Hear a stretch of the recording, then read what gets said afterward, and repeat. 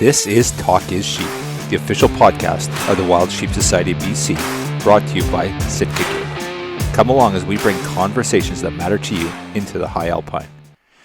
This episode is sponsored by our conservation partner, Frontiersmen Gear. Thank you, SITKA Gear and Frontiersmen Gear, for investing in healthy wildlife and sustainable ecosystems. Ladies and gentlemen, we're back on the mics with Talk is Sheep, and today it's an honor and pleasure. Gentlemen, I've only known for a few years, but gained a hell of a lot of respect for the great work that he's doing in our conservation space. So representing as the Executive Director of the Fur Institute of Canada, Doug Chiasson. Let's see if we get that right. I just got the lecture before. Welcome to the podcast. Great to have you on, Doug. Oh, thanks for having me, Kyle. Good to be here. Awesome. And like you said, you may have the voice for radio, but you certainly, or the face for radio, you certainly have the voice. So, yeah, awesome. And you're no stranger to the mic as well. I think that you're doing some great work with Mark Hall there. Truth About Fur, is that the podcast that you guys run, or? Yeah. So we run the Truth About Fur podcast. It's in the Hunter Conservationist feed on podcast platforms, but, yeah, it's been great. We've been doing that for just, I think, a little bit over a year now. I think we're on like episode 12 or 13. We come out once a month. So, it was interesting. I'm sure you went through this, going from being a podcast listener to being a podcast host has been interesting. But no, Mark and the folks over at Wild Origins Canada are doing great work, and it's great to be a part of it. Yeah, absolutely crushing it, and very cool aspect to that podcast, and something that I'm super passionate about. The Wild Sheep Society BC, we obviously support your kind of work, work closely with the BC Trappers Association and others here in British Columbia, and such an important part of our hunter heritage, and our heritage is sort of on the land-based sustainable users. So, Doug, maybe just for our listeners, let's start off with what's the Fur Institute of Canada? Sure. So we, for the quick and dirty, we like to call ourselves Canada's national voice for fur. We are a nonprofit organization that really is designed, amongst other things, to advocate for Canada's fur trade, and that's all parts of Canada's fur trade. Trapping, fur farming, seal hunting, and all the fur brokers and buyers and manufacturers and dressers and dyers and conservation organizations, Indigenous nations, and provincial territorial governments are all kind of a part of our membership. We have a very broad and deep membership. We were founded back in 1983. We were actually created by the Canadian Council of Wildlife Ministers. They said we need to create an organization that can, test traps, design traps, make us have a better, more humane trapping system here in Canada. So we started as kind of this little corner of the fur world, this small research organization. And then over the ensuing decades, we've grown in size, we've grown in stature within the trade, to the point where, there's now, when we started, there were probably like 12 or 14 different national associations that in some way, shape, or form were related to the fur trade. And now really there's us and the Canada Mink Breeders Association, which represents the farm fur interests. I also sit on the board of CMBA through my position at the FIC, but it's really we do our best to be all things to all people. The days of each little part of the fur industry, or each specific part of the fur industry, fighting amongst ourselves, we kind of now have all come together under one big tent here at the Institute. It's awesome to hear that, and it's so and this is a rabbit hole I didn't intend to go down, but getting on the same page, right, and working together collectively in our space. And we've been such a divided community in the sustainable use, and hunter conservationists and trappers, and man, it's been, and I think it's pretty clear we need to start getting our shit together. Well, yeah, that's really the thing. I'm not going to say that where we're at today with the Institute was necessarily came about as a result of a kind of grand moment of enlightenment across the trade. It came about as a result of very real difficulties that we've faced as a trade and a craft over the last 40, 50 years. I'd be very happy to be able to say there's still 14 or 15 different organizations across the country all doing their own part, and they've all got a couple staff, and we've got millions of dollars in budget and all kinds of great things. But, the reality being that we are where we are today because of how things have changed over the last 40 or 50 years. But there is a bright side to it, which is that now, we are all, for the most part, all kind of singing from the same songbook, and we are pulling, we're finally all pulling on the same direction on that big rope, as opposed to looking across and being like, wait, there's other trappers over there. Why are you guys pulling against us? Or there's fur farmers over there pulling against us, or we're pulling against them. It's really great to go into, one of my board meetings, and I've got the entire spectrum of the fur trade in Canada represented. I got people from all three coasts. I got fur farmers on my board. I got trappers on my board. I got folks involved in the seal industry on my board, government people on my board, representatives of Indigenous nations, Indigenous organizations on my board. Whereas once upon a time, putting all of those people in one room probably would have been impossible. Do you feel that we're better now collectively than we've ever been? Are we more, I guess, as a community? And, okay, let's talk about the fur community, I guess, specifically. Are you guys more working together than you ever have? And is this the best it's ever been, in your opinion? I mean, I think at the very least, we're more cohesive today than we ever have been. And we see this across kind of the broader sustainable use of wildlife movement as well. We don't necessarily have the luxury of being able to fight amongst ourselves anymore, unfortunately. And, we do a lot of work as FIC internationally as well. And, we work with hunting organizations in Southern Africa and Central Asia. We work with global organizations like the International Council for Game and Wildlife Conservation. And, there really is, I think, a realization across our space of like, hey, maybe let's all work together for a bit. And, if we're all working together, we can deal with some of these big problems that face us as a community. And then once we win, let's all get back to fighting amongst ourselves again. But for now, let's work together to fight folks that are actually trying to take away what it is that we do. One of the things with you, Doug, that I've noted in our meetings and working with you over the last year is you do have that international presence. And I believe that FIC is a member of IUCN and also FACE and a few of these other really important, international bodies. Is that completely driven by, obviously supported by your board, but is that driven by you? Because I know you understand the importance of Canada in the global network, and just talk about the importance and how you got to that. Yeah, I mean, I can say that I largely inherited that the Institute has been very involved internationally for many, many years. And a lot of that is driven by the fact that, at its core for most people, or I should say for a lot of people that are involved, trapping is still a commercial activity. That fundamentally, trapping is fun, and there's a lot of people that really enjoy what they're doing. But, deep down at the core of it, on top of the cultural aspects and the heritage aspects and the being outdoors aspects and wildlife management aspects, to the thing that kind of sets us apart in the fur world from a lot of the rest of the sustainable use of wildlife community, especially here in North America under the North American model, is the fundamental commercial aspect of fur trapping and putting up fur and sending them to an auction house or sending them to a fur buyer, and they go overseas, or they end up in China getting manufactured into coats, or they're in Turkey getting turned into hats, or they're in Greece getting turned into plates so they can get turned into coats somewhere else. So we've been very active in some of these international bodies because that's where the attacks against us were coming from. That it was, we had to be at the table so we weren't on the menu. So looking at places like the IUCN, CITES, Convention on International Trade of Endangered Species, we work really closely with the International Fur Federation at CITES to ensure that, we're not dealing with at the very least, not dealing with any more paperwork, because trappers got a whole lot of paperwork to deal with.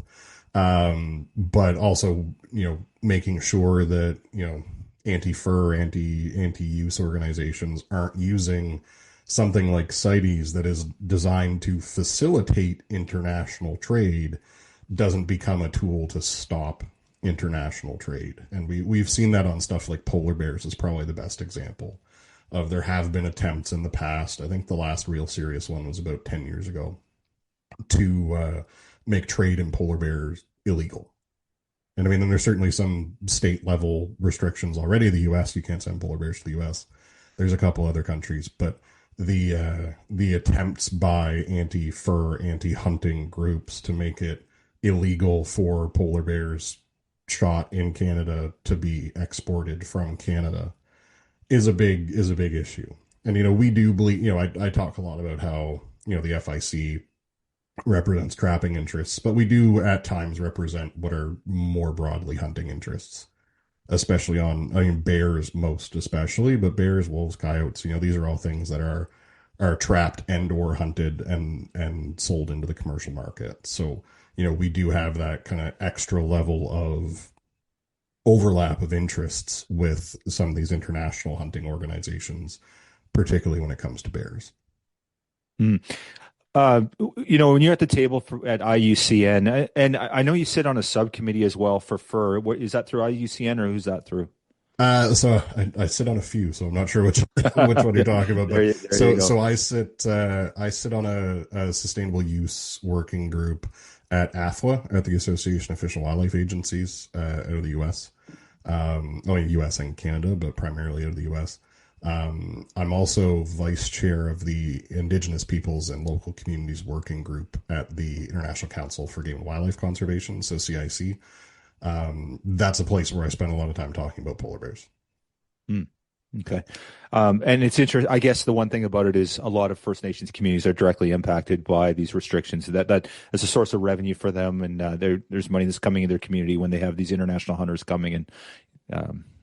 Yeah, exactly. Whether it's to have hunters coming in for international hunters coming in, or even hunting, using polar bears as the example here, most especially of, there was until recently a pretty significant international market for polar bears, like just for the polar bear skins themselves, not just for the experience of hunting a polar bear, but even just for someone to be able to have polar bear, a mounted polar bear or a polar bear rug or something like that. The restrictions from the U.S. that came into effect in, I believe it was 2009, really hurt that market. There is still some international market, but certainly not what it was 15 years ago.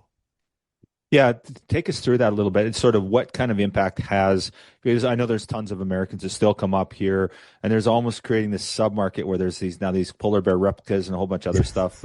And then, my thing is, where the hell are these rugs going? Because I'd like to get my hands on one, but somebody's holding them. The unfailing optimism of hunters, there's a lot of polar bear mounts and polar bear rugs that belong to American hunters that are sitting, either in a freezer somewhere or in their buddy's house in Canada, of like, well, someday we're gonna get the law changed and we'll be able to get our bears back to our houses.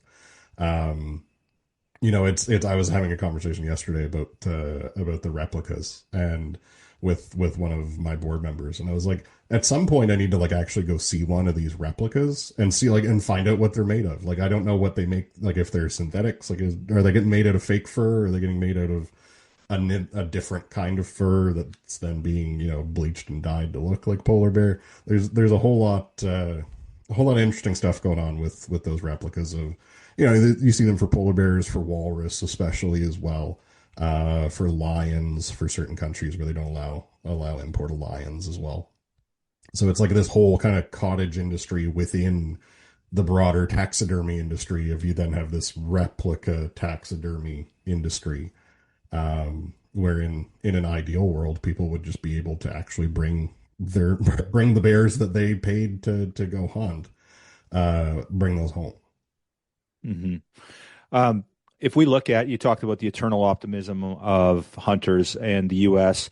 Obviously we've got a right-leaning administration with the Republicans, and if it's ever going to happen, it's going to happen on that watch. Is there any discussion around that? Obviously there's groups advocating for this federally for it, but is there any discussion, or have you heard any traction on that issue with the Trump administration?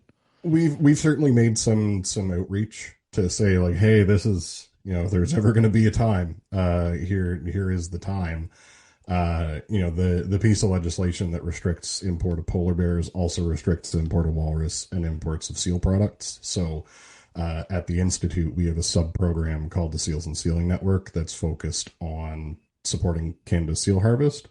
And, we've made the outreach of like, hey, if we can get the American market reopened to seal products, whether that's seal fur products or seal oil products or seal oil products as nutritional supplements, like the American market would be an absolute game changer for us because that market on the seal side has been closed to us for over 50 years at this point. They were the first country to ban marine mammal products. So it would be, and it's the US, it's the largest economy or second largest economy in the world, largest consumer economy in the world. I would love to have the problem of trying to figure out how we're going to meet demand in the American market for seal products, instead of dealing with what we deal with now, which is, people coming into stores, members of mine that are in St. John's, Newfoundland, Americans are coming off of cruise ships and they come into fur stores right downtown that have sealskin products in them. And, you gotta, in the interest of being, good, honest Canadians, like you gotta tell them, like, listen, you can buy it, but you can't legally take it home. Like, we're not gonna stop you from buying it, but we're gonna make sure that you understand that if you bring this home with you, you might end up having a very awkward conversation with U.S. Fish and Wildlife when you try to come back across the border. And, we see it sometimes even just, folks that didn't know there was a restriction, Canadian or American. Sometimes Canadians go down there and they get their purse taken away because they just didn't know any better. Because why would you assume that your purse is illegal coming into the U.S.?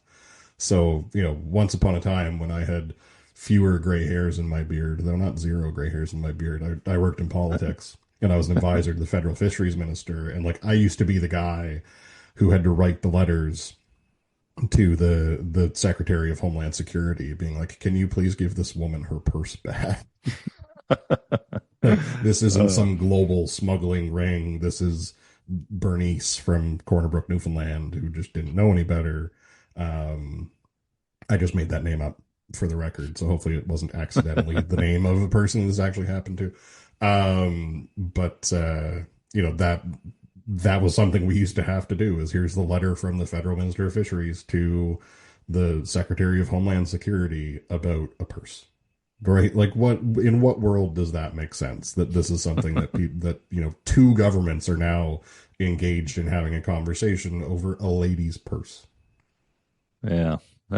So, Doug, if we talk a little bit about these bans, specifically, let's talk about the U.S. because it is such an important market. And we talk about the sealing ban, we talk about, and seal product ban, marine mammals, I think you called it. We talk about polar bear. Let's say magically the wand gets waved tomorrow, that all goes away. They drop all those restrictions.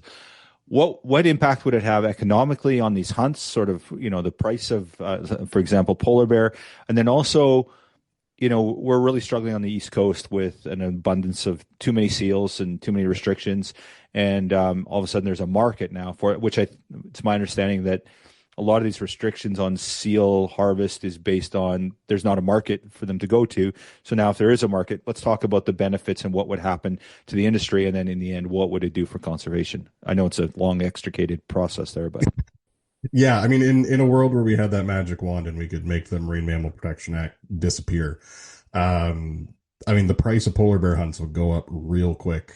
And they're certainly not a cheap hunt to begin with, but I could certainly see those hunts, doubling in price, if not more. On the East Coast with our seal issues we have here, I live in Nova Scotia. Having a market that was able to absorb a very significant amount of seal products, because much like you say, the biggest impediment we have right now to harvesting the number of seals that realistically we should be harvesting in service of proper ecosystem management.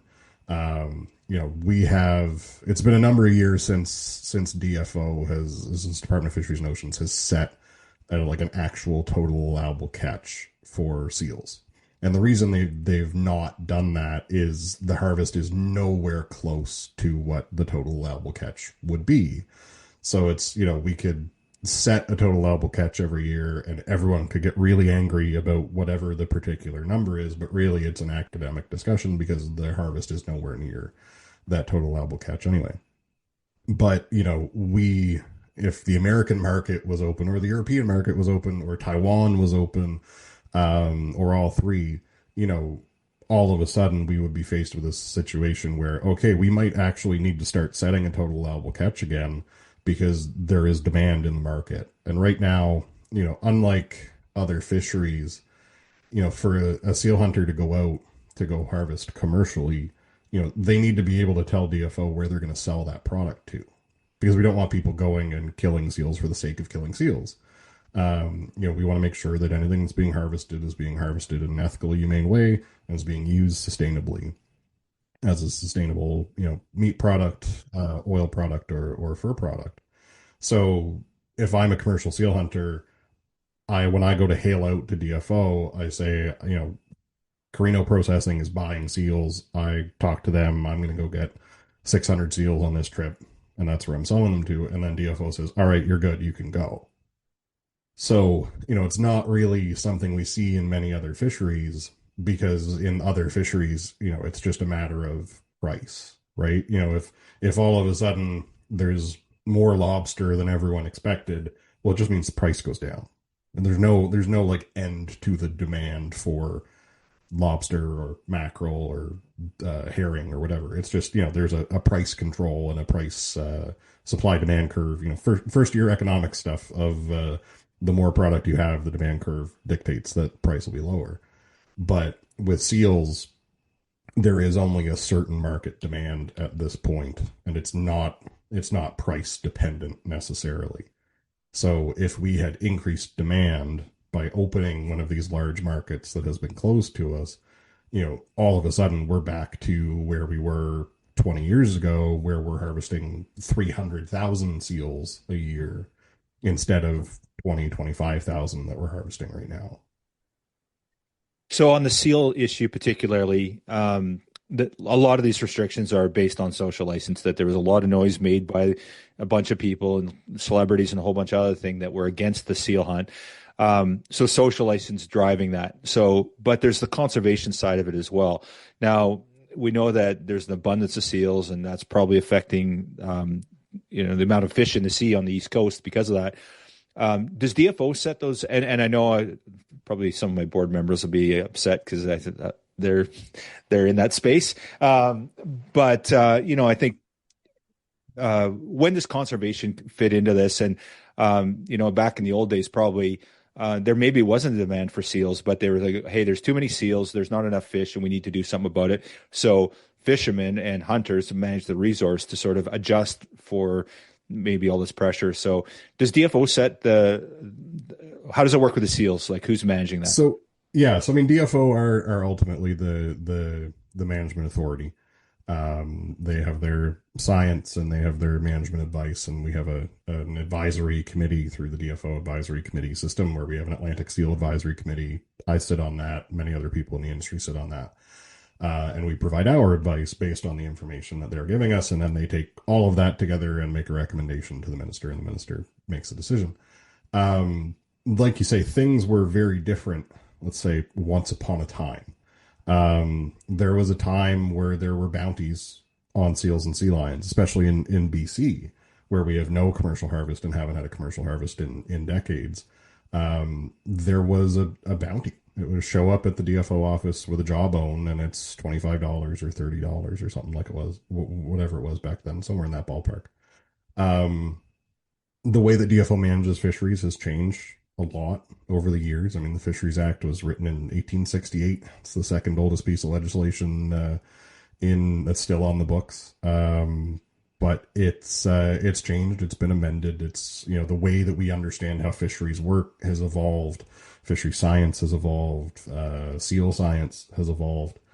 But this is something that I talk about a lot, more times than I would like to, frankly, at places like the House Commons Fisheries Committee and Senate Fisheries Committee, and at the DFO's Atlantic Seal Advisory Committee is right now DFO's model is really to manage everything upwards.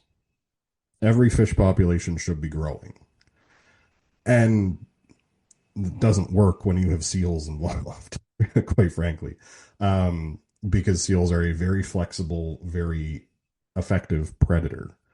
And if you're managing them upwards, something else is going to go downwards because they're going to eat them all.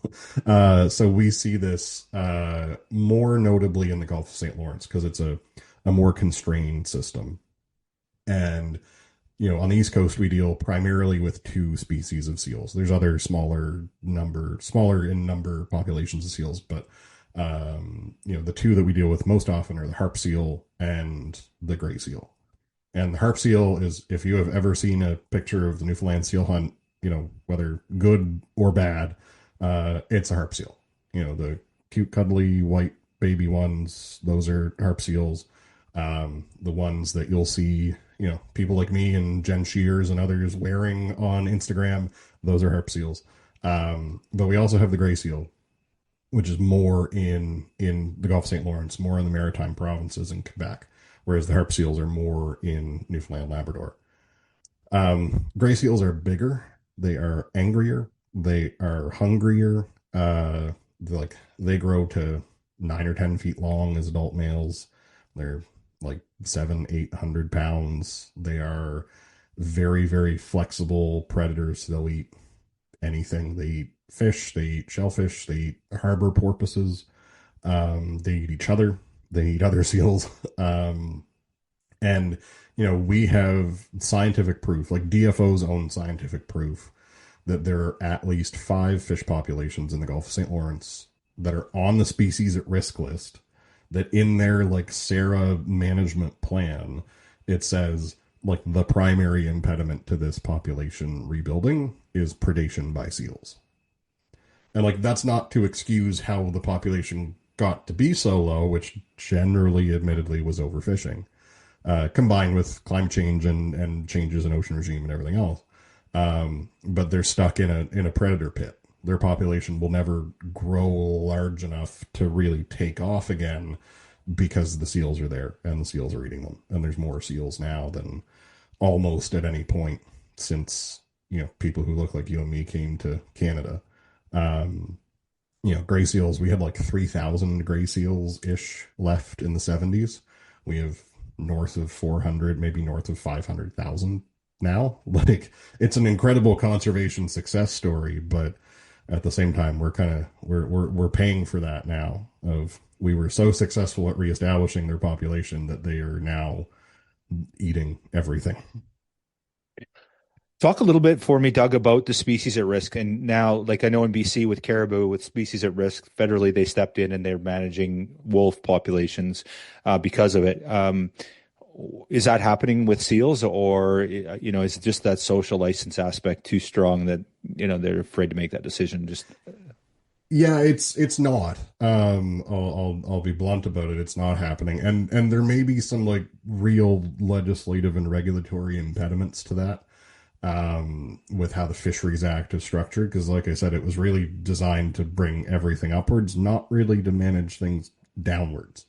So I think that there's a real conversation to be had by fisheries policy experts, all 6 of them. It's not a big crowd of the fisheries policy experts that don't already work at DFO, to say how do we deal with this? Because certainly what I would like to see is we deal with this through a well-regulated, successful, and prosperous seal harvest.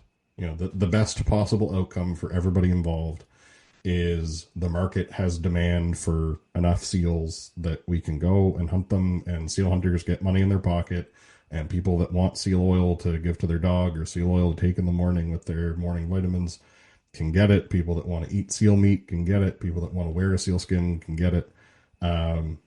And at that point we end up with a problem solved. And, in a world where DFO was having to say okay, here's the top number. You guys can't be going over this number or we'll be facing some real issues with the population declining too quickly. But there is, like you say, a social license element to that. There is a reticence or reluctance by DFO and others to go down that road. And we've seen that in certain terrestrial environments as well. Of once you start down once you finally take the first step towards predator control, that's the hardest one, right? Then you can say, okay, well, let's debate predator, the particulars of our predator control program, not the idea of predator control.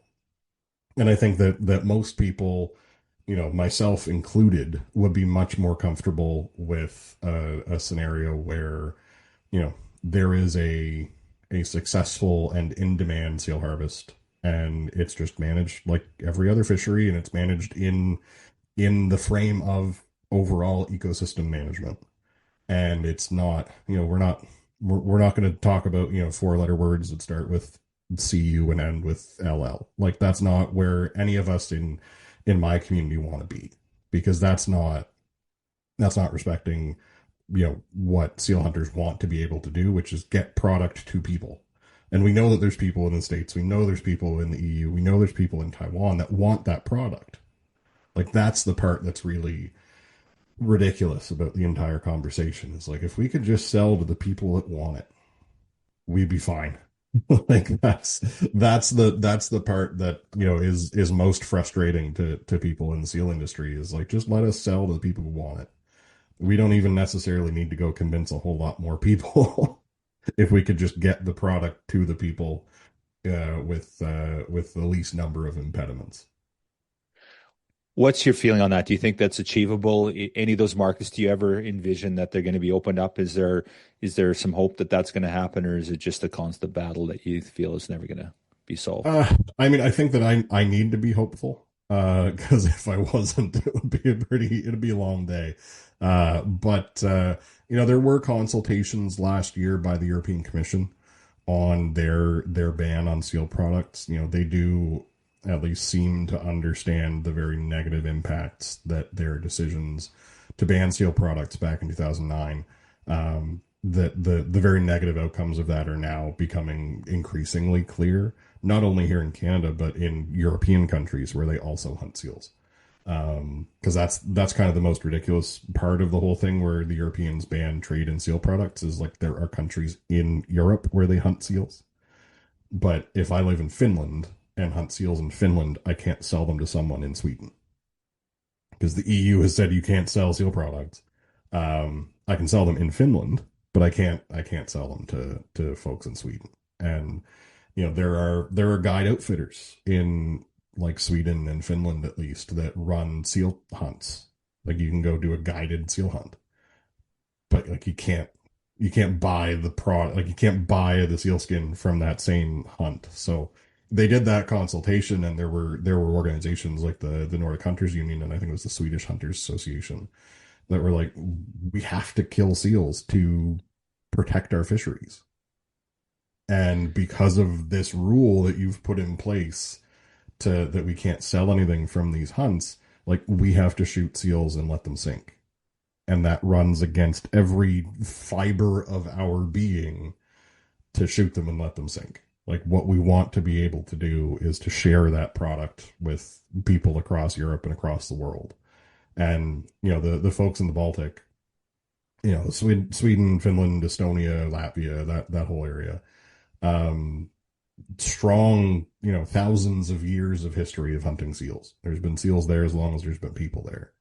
And, there's very deep cultural ties, very deep heritage in seal hunting in some of these countries. And, they've got a seal population like a microcosm of ours. They're concerned about 30,000 seals. We have 400,000 of them when we're talking about gray seals. We have over 4 million of them when we're talking about harp seals.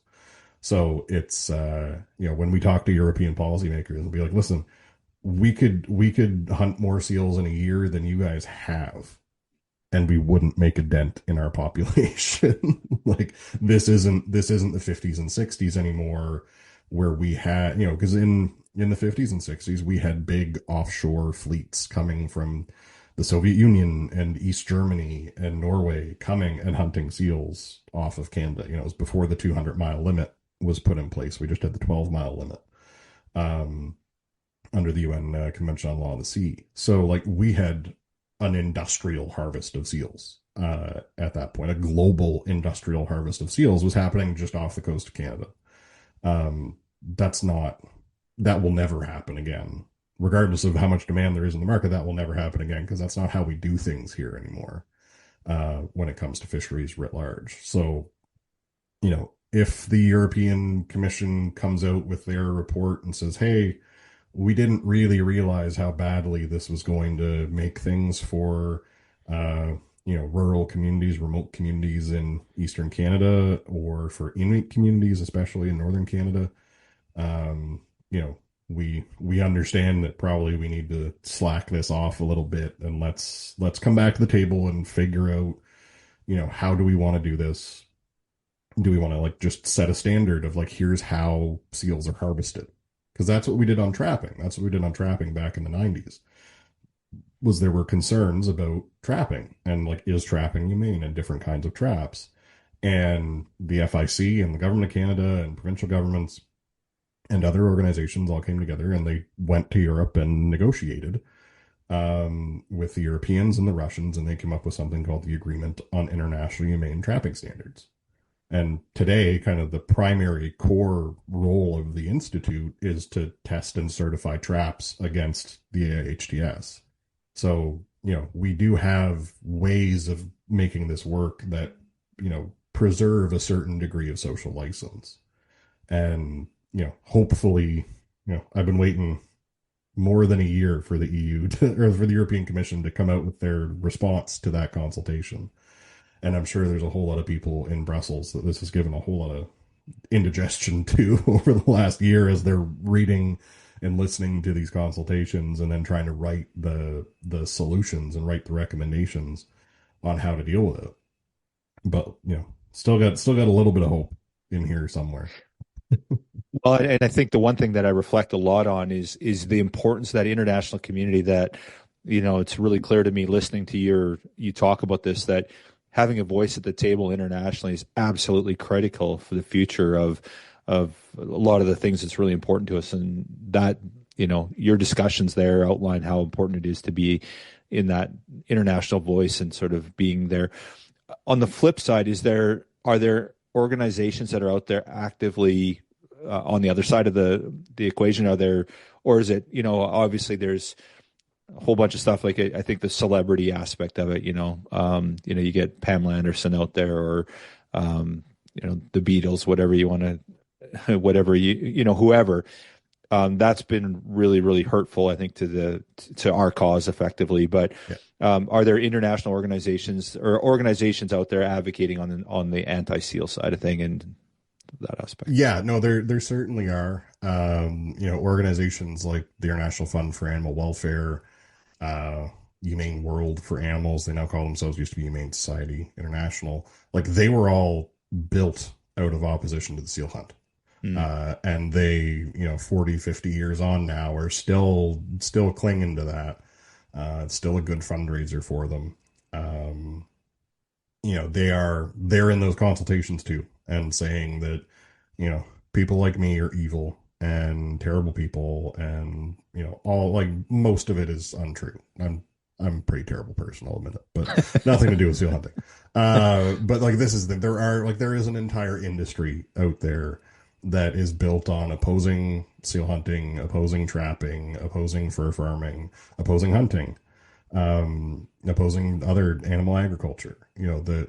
We often find ourselves, and this is something I say to a lot of people, is, by virtue of representing seal hunting, trapping, and fur farming, I am the first line of defense for a lot of industries in this country and others, that, if they ever manage to completely get rid of us, then they're moving on to the next, right? That, it's been beneficial to a lot of people that trappers and seal hunters have, hung on, and fur farmers have hung on as long as we can and as long as we have, because we are the low hanging fruit for a lot of those call them animal rights organizations or call them just antis, anti fur, anti use, anti animal use organizations. We are the poster child for what they oppose, and we are in a lot of ways that kind of first line of defense or cannon fodder,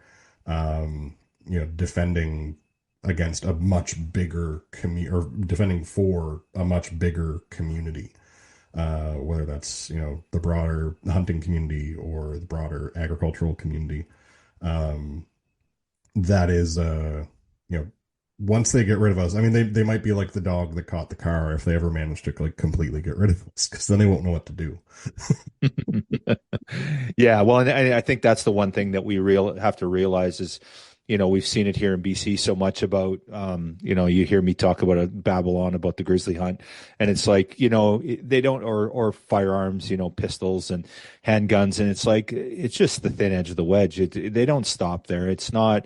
And I know I'm not going to spend a bunch of time on the podcast going down that rabbit hole, but it's just like, we really need to, I think the one thing that I look at you, Doug, that emulates all this for me is like, we need to stick together as a community. That there's so many people that really don't agree with, sustainable use and taking animals off the landscape, and we just need to get our act together and start working collectively. And anyone that says, oh, I'm not supporting trappers, I'm not supporting the outfitters, or I'm not supporting whatever, like the list goes on and on and on. It's like, no, we need to all stick together. And if it's science-based wildlife management, if it's sustainable, it's biodiversity, it's all those things that we agree as a community, we need to support it, and we need to support each other.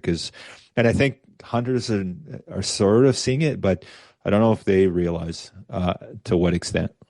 Yeah, well, I mean, it's, I aspire to a world where, all of us on the sustainable use side of things are friends, but at the very least, it's kind of the enemy of my enemy scenario. And, it can be really easy to get kind of insulated from these fights of, the average I'm not gonna describe the average hunter I'm talking about, but, insert here your image of the most average hunter. They may not see regulatory posting in the European Commission that seeks to make it more difficult to import XYZ. And like that may not affect them. That will not affect them whatsoever. They may not care about African hunting. They may not care about Central Asia. They may not care about trapping. But it's one of those, like, these things will start to, if they get through us, then they're on to the next. If they get through us, they're on to the next. The Clay Newcomb from Meat Eater, back when he was still doing the Bear Hunting Magazine podcast, he used to talk a lot about guard the gate and guarding the gate. That, like, that needed to be our approach. As hunters in North America, we all need to guard the gate. And we need to guard the gate for, you might not be a bear hunter, but you need to guard the gate for the bear hunters. You might not be a trapper, but you need to guard the gate for the trappers. You may not be a houndsman, but you need to guard the gate for the houndsmen, because if they get through that gate, you are in there too, right? That if the antis manage to breach the gate, that we're all on the other side. They won't be happy until they get rid of all of us. And I mean, not get rid of us, but like get rid of our that's a little grandiose, but take away what it is that we seek to do. And I think that in a lot of ways we're seeing that, especially on the firearm side right now, where there's certain of those groups that said 20 years ago that, like, yeah, we're good, we're done, like we have accomplished everything that we set out to do on gun control in Canada. Well, they're still here and they're still asking for more. They're kind of, I have a 4-year-old, so I'd spend a lot of time reading children's books.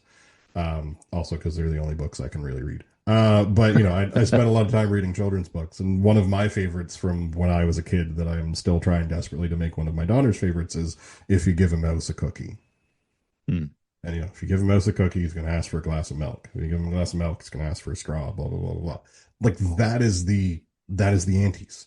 The antis will never be happy with just like, okay, we're good, we won, we're disbanding our organization. We got rid of trapping. That was all we really wanted to do. You guys keep going and, shooting deer and shooting bears and everything. Like we don't care. We just really wanted to get rid of trapping. So they get rid of trapping, they're moving on to the next thing because they'll be so emboldened by the fact they got rid of trapping. Um, that Well, that's where we there's a all need to whole work together.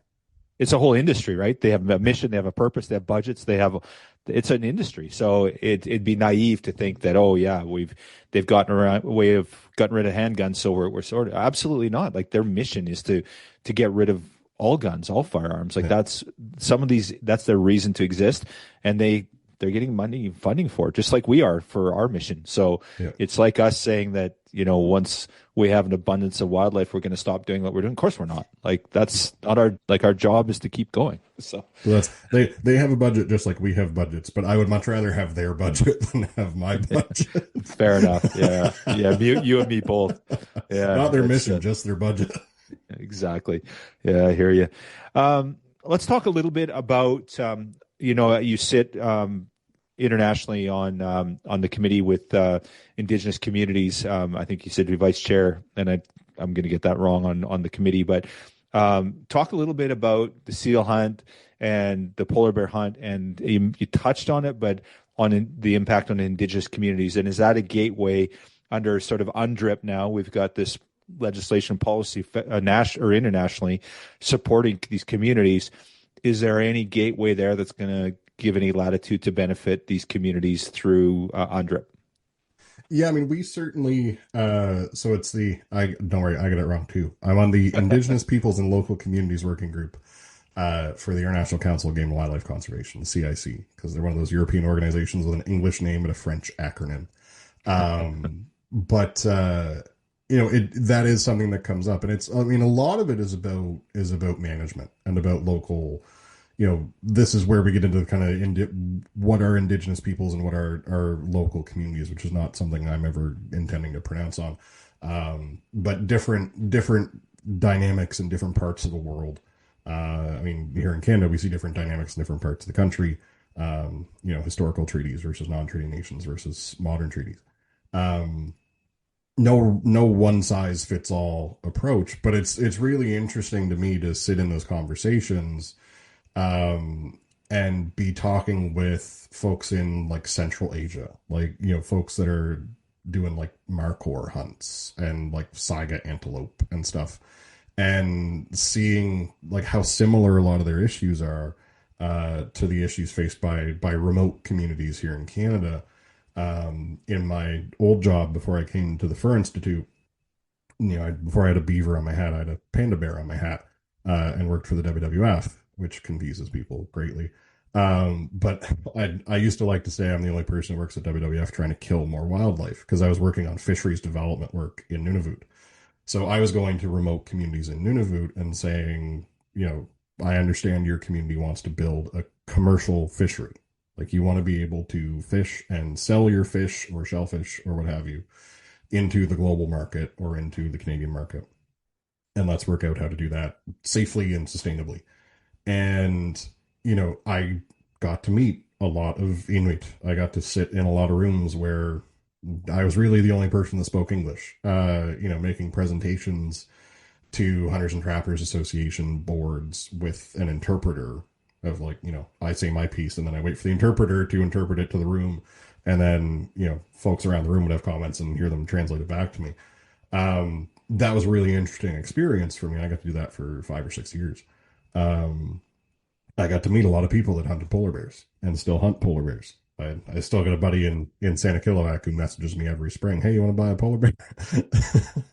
And one of these years I'm going to take him up on it. But it's, seeing the impacts of some of these things, firsthand, and hearing it from the people it actually affected, as opposed to reading it in a paper. And there is some increasingly good academic research of here are the impacts on Indigenous communities from some of these hunting bans. That was eye-opening to me. I was in Kikatarjuak once, a community 2/3 of the way up Baffin Island, so not quite Arctic Circle, but close. It's a small community. It's on an island on the edge of Baffin Island. I think there's a couple thousand people there, maybe. And I had an elder talking to me about like the work that we were doing with their local community on fisheries development, and he was telling me like it's great for us to see the ability for us to, you know, make money off of our lands and waters and our culture and our heritage and our knowledge again. And he says, because I used to be a seal hunter. I was like, what do you mean? He's like, well, I still hunt seals, but I hunt seals for food now. But I used to be a seal hunter before the Europeans banned it. And he's like, back then, like hunters were pillars of the community. Like they were the people, because they were the people in the community who had some cash. So like they were the people that could look after family members or look after folks who were sick, or you know, they had money to buy new boats and buy new snow machines and buy bullets and buy gas. So they were the ones who were out harvesting food for the community when they weren't hunting seals for their skins. And every one of those seals that they were hunting for their skins, well, that's another seal worth of meat to bring back to the community. And he had tears in his eyes as he's telling me this. He's like, you know, we were the pillar, like we were the leaders of the community, and the Europeans turned us into bums. He's like, we went from being the people who were able to provide for the community to being the people who were asking for help, because we didn't have money to put gas in the boat to go hunting or go fishing. He's like, we didn't have the ability to do these things the way that we had been doing them for decades at that point. He's like, we didn't have dog teams. He's like, we had snow machines and boats and rifles. He's like, that is how we did things, and still how we do things. And he's like, that loss of like cash economy, because I mean, in communities in Nunavut, there's very little wage economy even today, right? There's very little that isn't government provided, whether just government established, you know, working at school, working at the health center, working for the hamlet, driving the water truck or the sewer truck, something like that. There's not a whole lot of like what we would call like private capital in these communities. So, you know, the fur trade and sealskin trade provided an opportunity for like a cash and injection of outside cash into these communities, much the same way that today in certain communities, guide outfitters, whether for walrus or for polar bear or for caribou or what have you, still provides an opportunity for kind of that cash injection. But this is 40 years ago, 50 years ago in some cases. And like I say, this guy who was a pretty stoic fella, sitting there at the end of the table, and he had tears in his eyes, and I was like I can't process that. Like I have no frame of reference for that, to have like that so fundamentally removed from your economy and your community and your culture, from people, you know, thousands of miles away who will never be there. You know, those folks will never set foot in Kicktarjuak. They will never go and meet that gentleman that I met. You know, they were sitting in a air conditioned or heated building in Brussels or in Strasbourg, you know, voting on that as one of the 16 pieces of legislation they voted on that day. And that's something that, you know, is pretty galling in a lot of ways. Is just that, like, the ability to, like that, you know, destroy communities. Mm-hmm. And that's pretty stark. So, I mean, in a perfect world where we're able to help rebuild the seal industry and help rebuild the fur industry and have an opportunity for folks in these communities to start to, you know, make money again from selling sealskins and selling furs. You know, I see that as a positive for those communities for sure. Doug, we talked a little bit earlier about, do you see some of these markets coming back or changes in restrictions? And, you know, the pendulum swings on, you know, we can go any number of things, left, right, woke, whatever you want. Like, but on the hunting side, and we sort of seen a bump, you know, during COVID where, you know, people were more connected to the land base and they wanted, you know, hunting there was an uptake on hunting and, you know, organic, sourcing their own organic meat, looking after themselves as opposed to, you know, grocery stores, et cetera. Are you seeing any of that swing now? Are you seeing it sort of swinging from the anti-hunting to more the pro-hunting sustainable use side, or what's your feeling on that? Yeah, we're definitely seeing it, and part of it is that kind of post-COVID effect, but it's also like there's a very clear demographic, like generational demographic shift as well. And we've seen this in public opinion polling we've done about seal hunting, about seal products. We've seen it about fur as well, and farm fur as well, like wild fur and farm fur, is the understanding of sustainability is so much more pronounced with younger Canadians. And they don't have this stigma of, Pam Anderson saying she'd rather go naked than wear fur was like 35 years ago, 30 years ago. Like there's kids that weren't born that are buying fur coats today. I say kids, I'm only 35, but like, there's people buying fur coats today that like, that's the history books for them. And, it's younger generations are more in tune with issues of sustainability. They're more in tune with natural products.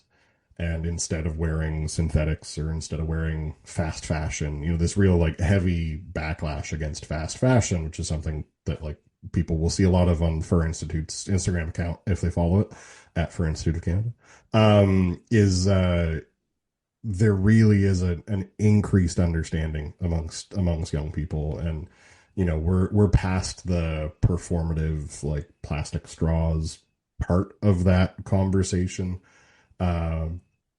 Folks are looking for something that is real and authentic and tangible and also sustainable, biodegradable, supports communities. And it's kind of two intersecting dynamics of one is that kind of, we'll call it green, sustainable, that ethic that's more pronounced amongst younger Canadians. And then at the same time, there's a growing demand for authenticity in whatever it is that you're doing or whatever it is that you're buying. There's not really much that's more authentic than fur.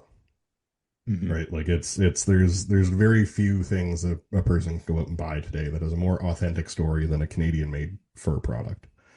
And, a lot of like really interesting stories all bound up in one in some of these products of, you can buy, let's say I'll just use a coyote vest. You go buy a coyote vest, that coyote might have been trapped by an indigenous trapper in southern Saskatchewan who was trapping there, that trapping coyotes around that farm helped the farmer that owned that farm because they weren't losing lambs to a coyote.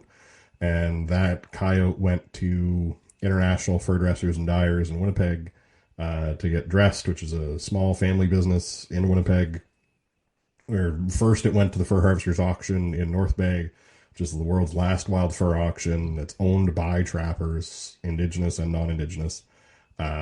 Goes from North Bay to Winnipeg to get dressed, goes from Winnipeg to Montreal to a furrier in Montreal. And I mean, Montreal is a city built on the fur trade. The folks in there, many of the furriers that are there today are Greek. There's a very strong history of the fur industry in Greece. And a lot of folks in Montreal in the fur trade are from one particular area in northern Greece called Castoria. That it's this really interesting kind of microcosm of the Greek community in Montreal, and it's all family businesses and passed down for 2 or 3 generations. And then you get this awesome product at the end that's, interesting, and people want to ask you about it. People want to talk to you about it. And then you can tell them all this story of what went into making this coat, or you can go buy a Columbia jacket at Canadian Tire. That was made in a sweatshop in China. Well, exactly. Like what is the story of Columbia jacket at Canadian Tire, right? Like that's the thing is, right. If we want authentic, there's nothing like, and I'm not just beating up on Columbia in particular, but insert brand here of, synthetic raincoat that'll last you for 2 years. And then you're going to buy a new one.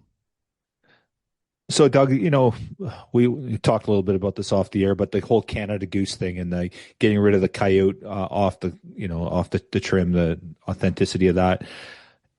Is something like that ever going to come back to the market? Like, so you talked about this new generation of young people that want authenticity. How do we get that back? And how do we get the Canada Gooses of the world to start putting real fur back in their on their products? Yeah, I mean, one thing that I've been taught by people that have been in the fur business far longer than me is it's really hard to predict the market. That's one of the other interesting things about fur is like it is to a certain degree a commodity product, but it's driven by, especially on the wild fur side, it's driven by trends and driven by fashion. And if trends are up, then prices are up, then trapping is up. And if trends are down and prices are down, the traps go on the wall, the shed, and you don't trap as much this year. Um, which is kind of like this inherently moderating factor in the market of, there's rarely, if ever, an overproduction in wild fur. And, 15, 20 years ago, if I had gone and told people like the next big thing in fur is coyotes, they would have laughed at me. Yeah. It's like the next big thing is going to be coyotes. It's going to be big, bulky parkas that are good for -60. And there's going to be coyote fur on the ruffs. And people are going to wear them in the subway in Toronto. Like no one would ever believe. Like you could have made millions of dollars by buying up cheap coyotes right before then. But the market does go through shifts and goes through trends. There was a time where not that long ago where otters were through the roof. And then otter prices have come back down. There's a time where coyotes were crazy. Like top lot coyotes at the auction going for like $600 a coyote. I think this year the top lot coyote was like $80 or $90. I'd have to go double check that, but like coyotes are worth 10% basically, or 20% what they were 10 years ago. But there's other stuff. Sables or marten. Marten are way up right now, and the market is very, very strong on marten right now. This year, skunks of all things. I don't have one behind me, but I have one over here. I won't try and grab it because I'll pull out my headphone cord. Skunks were through the roof, like $80 a skunk. Because there was a particular demand. And I mean, it's not like we've changed the world on skunks and forever now skunks are going to be that way. We'll have 2 or 3 years where skunks will be super high, and then they'll go back down. Beaver was super high for a few years recently because of Yellowstone. Like the TV show Yellowstone, everybody wanted a cowboy hat. And if you want high-end cowboy hats, they're made of felt from beaver. So beavers were super in demand for, 3 or 4 years of like really, really solid beaver prices. And I don't know what the next one's going to be. Next fad could be red fox. Next fad could be fishers. Next fad could be coyotes again. I think that what we really could use is something a bit more sustainable in the medium term. Not just like here's 2 good years and then everything drops back down, but like really kind of incremental step up growth, because that's what will get people, get folks out trapping again and get folks, making a serious effort towards providing the supply that we need. And, there's who knows what Drake is going to wear next week and completely change how things work. I mean, Sydney Sweeney was wearing coyote earlier this year, or it might have been Crystal Fox, I forget. But like Sydney Sweeney was wearing fur earlier this year. That definitely sold some fur. So, who knows what the next Canada Goose will be, but, something like coyote, something like muskrat, something like raccoon coming back to the forefront of wild fur is really good, because there's a lot of trappers out there that rely on those 3 species. Beaver being really strong was great because just about everywhere in North America where you can trap beavers. Unless you are north of the tree line and you're just like barren ground trapping wolves and wolverines, like you can trap beavers. So just about everybody can trap beavers, just about everybody can trap muskrats, just about everybody can trap coyotes, just about everybody can trap raccoons.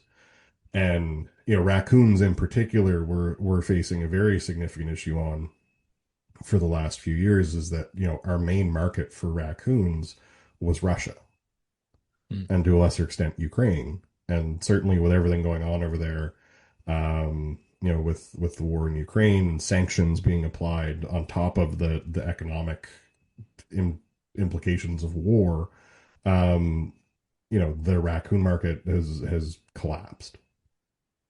And these are the kinds of things that, if we can help see the price, like, we just need the floor to come up. It's not even necessarily about having a super high ceiling, but if we can bring the floor up on some of these more common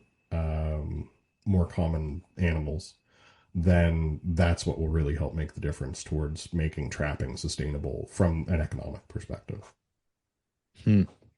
Fascinating. Well, I can honestly say that I fully understand why you have a whole podcast on this, because we just literally scratched the surface on one tiny issue. I kind of had an idea of what I wanted to talk to you about, and we basically talked on one of like 10 things I was going to touch on. So clearly we need to get you back, and I got to be respectful of your time here, Doug. But enlightening, incredible, the amount of institutional knowledge you have around the fur and trapping industry is phenomenal, and certainly your involvement in the international community. And it's been truly an honor and a pleasure to speak with you and learn so much from you on these issues. And you bring a lot to our space, and I'm really grateful for everything that you're doing, certainly the Fur Institute of Canada. So thank you for all that stuff. No, thank you. It's been great. Great being here, and like you say, if folks want to get more of this, they can come on over to the Truth About Fur podcast. We try and cover the kind of what's going on in the fur world these days every month, and at least once a month. Sometimes there's too much news, and we got to do a couple.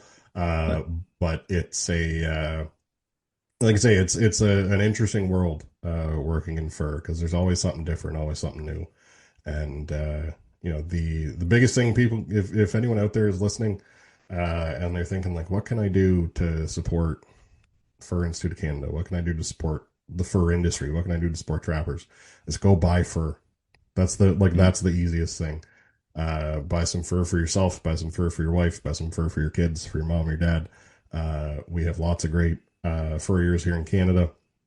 We have a page on our website at fur.ca. You can go on there, click where to buy fur, and you can find a furrier near you. And it's you might be the person who is the next who sets the next trend. So if there's anyone out there who's listening who's like really good looking, go buy some fur, and you might inspire a lot of people to go buy fur of their own. Oh, awesome. I know that we do our part in a small way. My wife is a huge, it's for her, it's about authenticity, right? She wants the real thing. Like, anything else is just like fake. And, I think back, my grandma, she had a fur coat that she, wore for years. It was just the thing. And it was such a prized piece, and it was sort of vilified, like this is BS of walking down the street in town and people throwing paint on you or whatever. It's just absolutely asinine. But I just think those days are gone too, right? I think people have seen through that. And, you even look at, some of these celebrities that have been hoodwinked, like Miley Ray Cyrus. I've listened to some of her stuff, and, she kind of picked up that sort of baton for a while, and then her on Rogan, and she's like, yeah, I kind of realized like I got hoodwinked into some of that stuff, and she's definitely backed off on that too. There's still the Pam Andersons of the world that they're not carrying that torch, but they're obviously still pretty pro animal rights. And hey, we're pro animal rights too, but we're sustainable use, right? Like we don't want to be inhumane or any of that stuff, but also we're about sustainability and about, building a future on genuine things as opposed to, being a vegan. Did I say that out loud? Sorry for all the vegans out there. Lots of vegan friends, actually. If you're a vegan listening to this podcast, please email me, because I have so many questions. Well, interesting things. I lived in Victoria for years. I'm still on the island, but out of town now. And I had a couple really good friends that were vegans. And honestly, our views on hunting and sustainable use were very similar. And they actually were.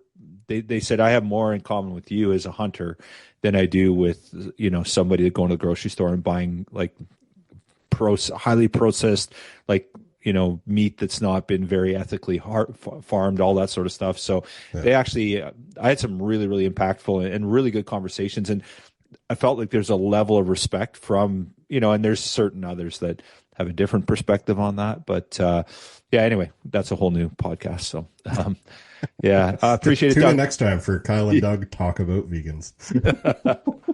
That will get some people interested. Anyone that wants to support, so you mentioned the Instagram for Institute of Canada. You have one new follower anyway.